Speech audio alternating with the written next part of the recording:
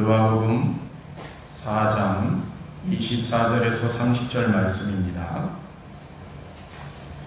또 이르시되 내가 진실로 너희에게 이르노니 선지자가 고향에서는 환영을 받는 자가 없느니라.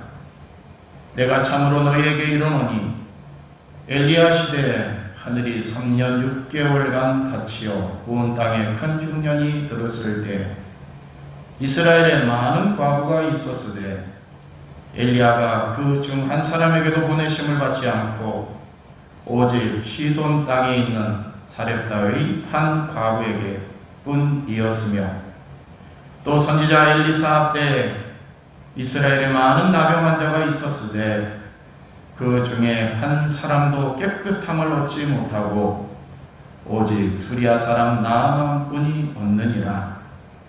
해당에 있는 자들이 이것을 듣고 다 크게 화가 나서 일어나 동네 밖으로 쫓아내어 그 동네가 건설된 산 낭떠러지까지 끌고 가서 밀쳐 떨어뜨리고자 하되 예수께서 그들 가운데로 지나서 가시니라. 아멘. 할렐루야. 우리 떨어져 있지만은 이 주변을 이렇게 눈으로만 한번 이렇게 쳐다보시겠어요?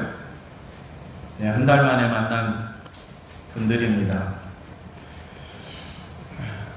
이 자리가 오늘 찰까라고 하는 생각을 제가 했어요. 그래도 본당은 차겠지. 그리고 어쩌면 저 2층까지 올라가야 되겠지. 그리고 혹시 더 오시면 1층에서도 예배드리게 해야 되겠지. 이러한 희망 가운데 오늘 제가 성전에 들어섰는데 자리가 없어서 나가셔야 하는 그러한 안타까운 마음 속에서도 한편으로는 기뻤습니다. 죄송합니다. 이렇게 예배드리는 자체가 기쁘다고 표현할 수밖에 없네요. 여러분 한 사람 한 사람이 참 소중한 분이십니다. 저는 지난 한 주간 장례를 2건을 치르면서 그 소중함을 더 깨달았어요. 그리고 여러분이 오래 사셔야지 우리 교회나 저나 우리 교우들이 힘을 낼 것 같습니다. 그런 의미에서 우리 주변 분들에게 이게 신세대식 사랑의 표현이죠. 이렇게 손가락을 이렇게 틀면 하트가 된답니다. 하트. 자, 하트를 발사해 보실까요? 사랑합니다. 사랑합니다. 예. 우리는 하나님께로부터 소중한 존재입니다. 믿으시면 크게 아멘 한번 해보실까요? 그 증거로 하나님은 독생자인 예수 그리스도를 이 땅에 보내주셔서 십자가의 피 흘림에 생명을 걸고 우리에게 영생을 주시는 그런 결단과 단행을 하셨습니다. 지금도 우리에게 찾아오셔서 성령을 통해서 우리가 그 생명의 길에서 멀어지지 않도록 늘 돌보시고 때로는 채찍으로 우리에게 교훈하고 계십니다. 말씀의 채찍, 또 코로나와 같은 자연 현상의 채찍을 통해서 우리를 교훈하고 계십니다. 사실 우리는 참으로 연약하고 무가치한 존재들이죠. 하나님의 말씀을 지키고 싶지만은 잘 지키지 못하는 환경과 또 나약한 의지가 있습니다. 신약시대에 많은 선교와 업적을 남겼던 사도 바울도 뭐라고 고백하냐. 오호라 나는 공고한 존재다. 선을 행하고 싶구나. 악을 행하는 길로 가는 내 자신을 본다. 라고 하면서 통곡한 적도 있습니다. 사랑하는 성도 여러분, 우리는 참으로 연약하고 무가치하고 어쩌면 쓸모없는 인간임에도 불구하고 하나님의 무한한 사랑을 받고 있는 것입니다. 그런 의미에서 저와 여러분은 날마다 선물을 받고 계심을, 하나님의 선물을 받고 계심을 인정하고 믿으셔야 합니다. 할렐루야. 예수님 당시에는 사람의 생명을 하찮게 여긴 것 같습니다. 사람을 돈 주고 사고 팔기도 하였고요. 율법을 어겼다고 하여서 사람을 돌로 쳐 죽이는 것은 다반사였습니다. 심지어 가문의 명예를 떨어뜨렸다고 하여서 아들이나 딸을 죽이는 것을 스스럼 없이 행하였습니다. 그것이 자기들의 신앙을 지키는 길이라고 생각하였고, 그것이 저 때문에 내가 죽지 않는 방법이라고 생각하였습니다. 이러한 때에 예수님은 한 사람 한 사람의 생명을 소중하게 여기셨습니다. 그리고 늘 그 소중함을 일깨우기 위해서 여러 가지 비유를 행하셨죠. 이런 양의 비유는 99마리가 소중하지 않다라고 하는 교훈이 아니라 한 연약한 양이라도 소중하다. 누구에게? 하나님께로부터. 또 예수에게 그 연약함은 소중하다라고 하는 것을 일깨우셨습니다. 그러면서 병든 자가 찾아왔을 때 마다하지 않고 죄로 인하여서 고민하던 사람에게 그 죄의 문제를 해결하기 위해서 부단한 애를 쓰셨습니다. 심지어 세리장이었던 나사로마저도 친구로 맞이하여 주신 것이 예수님입니다. 그 의도는 바로 한 사람 한 사람이 소중하기 때문입니다. 이때 예수님은 고향 땅에 가셨는데 가장 소중하게 여겨야 될 예수님을 배척하는 고향 사람들을 만납니다. 이때 예수님은 두 가지 예를 드시죠. 하나는 엘리야 선지자를 먹여 살렸던 사렙다 과부의 예를 드시고, 하나는 엘리사 선지자를 통해서 나음을 받았던 아람의 군대장관 나아만 장군에 대해서 이야기를 듣습니다. 예수님의 이 말씀을 들을 때 고향 사람들이 붕괴를 했어요. 우리가 선민이고 우리가 하나님에게 은혜를 받는 존재이지 저 이방인들은 죽어 없어질 아예 진멸될 존재인데 왜 저들을 가르쳐서 엘리야 선지자, 우리가 존경하는 엘리사 선지자, 이분들을 먹여 살려고 이분들이 그들에게 은혜를 주셨다고 말하느냐? 있을 수 없는 일이다 라고 하면서 붕괴를 합니다. 그러면서 자신들의 고향 사람이었던 예수님을 남떨이에 떨어뜨려 죽이려고 하죠. 한 사람의 생명이 소중한 것을 말씀하시는 예수님은 본인 한 사람으로 인해서 많은 생명을 살리신다는 말씀을 하시고 그 의도로 3년여 동안 사역을 하셨습니다. 그런데 고향 사람들은 그것을 알지 못해요. 한 사람의 소중함을 알지 못하는 겁니다.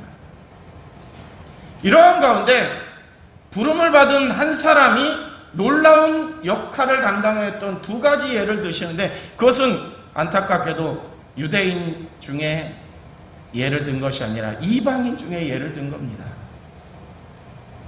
예수님은 이때뿐만이 아니라 사마리아 사람들에게도 은혜를 베푸시고 수가성 여인에게도 은혜와 사랑을 베푸신 장면이 또 다른 성경에 등장을 합니다. 하나님은 물론 선민을 귀하게 여기시죠. 여러분 큰아들과 딸 있고 작은 아들 있으면 그래도 누가 소중합니까? 누가 소중합니까? 큰아들이 그래도 소중하죠. 첫정이라고 해서 그런가 봅니다. 많은 자녀들이 있지만은 자기의 첫사랑이 시작된 그에게 마음이 쏠리는 것처럼 하나님은 유대인을 그렇게 사랑하시고 그렇게 용서하시고 그렇게 깨우치기를 원하셨습니다. 그런데 그렇다고 해서 다른 둘째 아들 격으로 탕자라고 일컫는 이방인들을 하나님은 가볍게 죽이신 것이 결코 아닙니다. 하나님은 그들에게 은혜를 베풀어 오셨다는 것을 이 유대인들이 가장 율법적으로 지키는 구약에 있는 말씀에 잘 나타나 있죠. 사렙다 과부의 역할. 사렙다 과부의 그 연약한 역할이었지만은 그는 이방인이었지만 하나님을 알았고 하나님의 선지자를 극진히 대접하였을 때 엘리야 선지자가 살아날 수 있었고 그 과정에 3년 6개월 동안 은혜가 임하였다고 했습니다. 이 또한 이방을 향한 하나님의 선교가 들어있다고 저는 믿고 싶습니다. 나아만 장군도 역시 요람 왕 시대에 주변에 강력한 나라였습니다. 나아만 장군이 찾아왔을 때 왕이 옷을 찢으면서 이렇게 했다고 했잖아요. 저들이 내가 문둥병을 고칠 수 있는 없다는 걸 뻔히 알면서 나에게 문둥병을 고쳐달라고 한다. 이걸 빌미로 인해서 우리나라를 쳐들어오려고 한다. 이렇게 할 정도로 나아만 장군의 위세와 아람의 위세는 대단했던 겁니다. 그럼에도 불구하고 하나님은 믿음으로 순종한, 억지였는지 자의반 타의반 억지로 요단강물에 7번 몸을 씻은 다음에 깨끗이 나은 나아만 장군, 그에게만 은혜가 있는 것이 아니라 나아만 장군이 재직할 당시에는 적어도 유대 땅은 쳐들어오지 않았을 것 같아요. 그렇게 짐작합니다. 가장 강력한 군대가 가장 위협이 되는 그 시대에 하나님은 나아만 장군이라고 하는 사람을 통해서 유대를 지키신 것입니다. 그래, 나아만 장군에게 유대 땅에 가면 엘리사 선지자가 있는데 그에게 기도받고 말씀을 들으면 문둥병이 나을 것입니다 라고 전파하였던, 포로로 잡혀갔던 여종에 의해서, 믿음 있는 여종에 의해서 그 은혜가 시작이 됐다는 겁니다. 우리 한 사람 한 사람이 이와 같이 소중한 것을 우리는 깨달아야 합니다. 우리로 인하여서 이 교회가 부흥할 수 있고, 우리로 인해서 이 사회가 썩어져 가는 것이 덜할 수도 있습니다. 코로나 시대에 맞이하여서 우리는 누군가 한 사람으로 인해서 교회가 고통을 받는 모습을 고스란히 지켜봤습니다. 그리고 그 사람들로 인해서 전도의 문이 막힌 것도 우리는 지금 체험하고 있습니다. 그런데요, 이러한 시대에 아직도 교회를 살리시고 이 나라를 지켜주신 것은 기도하는 신앙인이 지금도 하나님 앞에 간구하면서 말씀으로 살려고 하는 그 신앙인이 아직까지 이 한국 땅에 이 교회에 있기 때문에 하나님은 지금 우리를 지켜주시고 계신 줄로 믿으시기를 바랍니다.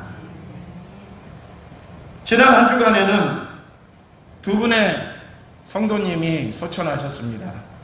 지난 주일에는 이목성 권사님, 월요일에는 김일수 집사님. 두 분 다 우리가 생각한 것처럼 갑작스럽게 세상을 떠나셨어요. 장례를 집례하고 진행하는 과정에 제가 가장 안타까운 것은 이 코로나 시대를 맞아 피부로 느꼈어요. 이야, 이 장례가 이렇게 진행이 되는구나.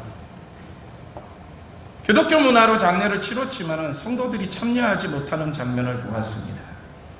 많이 안타까워요. 예전에는 우리 성도님들이 같이 신앙생활하던 교우가 소천하였으면 함께 참여해서 그 육체의 마지막 가는 여정을 따라가면서 가족을 위로해 주었습니다.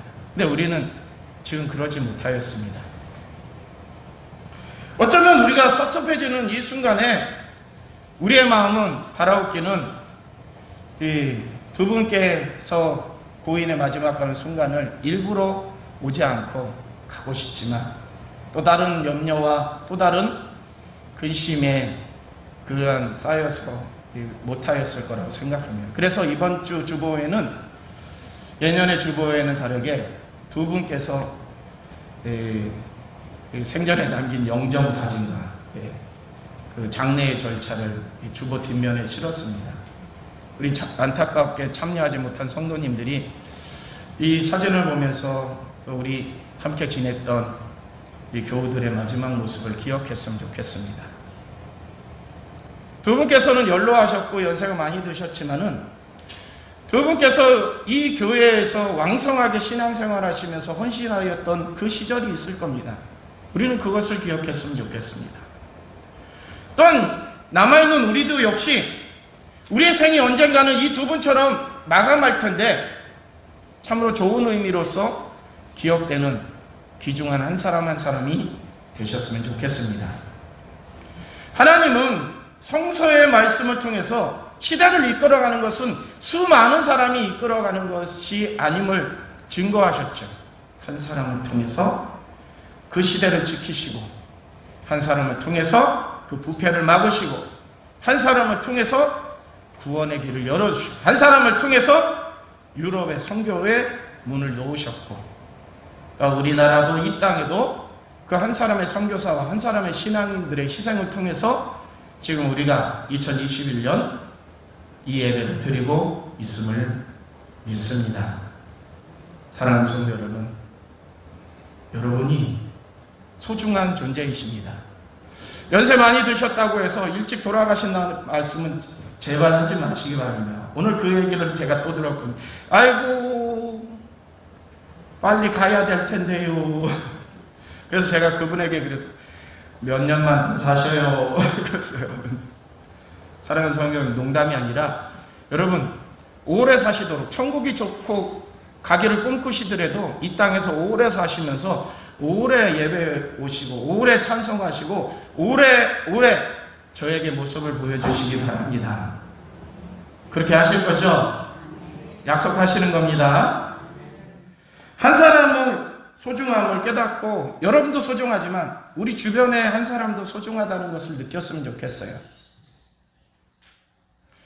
예수님이 한 사람 한 사람을 소중히 여겼던 그 삶을 우리가 그리스도인으로서 예수님의 제자로서 실천하겠다고 결심한다고 하면은 우리 또한 한 사람 한 사람을 소중히 여기기 위해서 더 애써야 되지 않겠습니까? 교회에 나오건 교회에 나오지 않고 주변을 살피시기 바랍니다. 성전에 와서는 위로받을 필요가 있는 분들에게 다가가셔서 위로해 주시고 또 책망받을 필요가 있는 분들에게는 주저마시고 단호하게 신앙의 훈육을 하시기 바랍니다. 이것이 예수님의 발자취를 따라가는 우리 신앙의 모습이라 믿습니다. 기도하시겠습니다. 사랑과 은혜와 공의로 우리를 다스리시는 아버지요, 오늘도 우리가 연약하고 부족하지만 이 예배를 통해서 하나님 앞에 나올 수 있게 하심을 감사를 드립니다. 예배가 회복됐으니 다시금 중단되는 일이 없도록 하나님 지켜주시옵시고 이 코로나가 종식이 되더라도 우리에게 내리셨던 하나님의 교훈을 잊지 말게 도와주시옵소서. 우리 한 사람이 변화받으면 가정이 변화받고 우리 한 사람이 헌신하면 이 교회가 더 성장할 것이며 우리 교회가 더 하나님 앞에 신실하게 나아갈 때 이 사회는 부패하는 것이 더디게 되며 오히려 밝은 길로 나아가리라 믿습니다. 하나님은 성서를 통해서 한 사람을 통해서 하나님의 섭리를 이끌어 오셨는데 그 한 사람이 중요하다는 것을 깨닫고 나 한 사람도 하나님 앞에 헌신하고 내 주변에 있는 한 사람 한 사람을 찾기 위해 더 애쓰고 수고할 수 있는 따뜻한 마음을 허락하여 주시옵소서. 예수님의 이름으로 기도드립니다.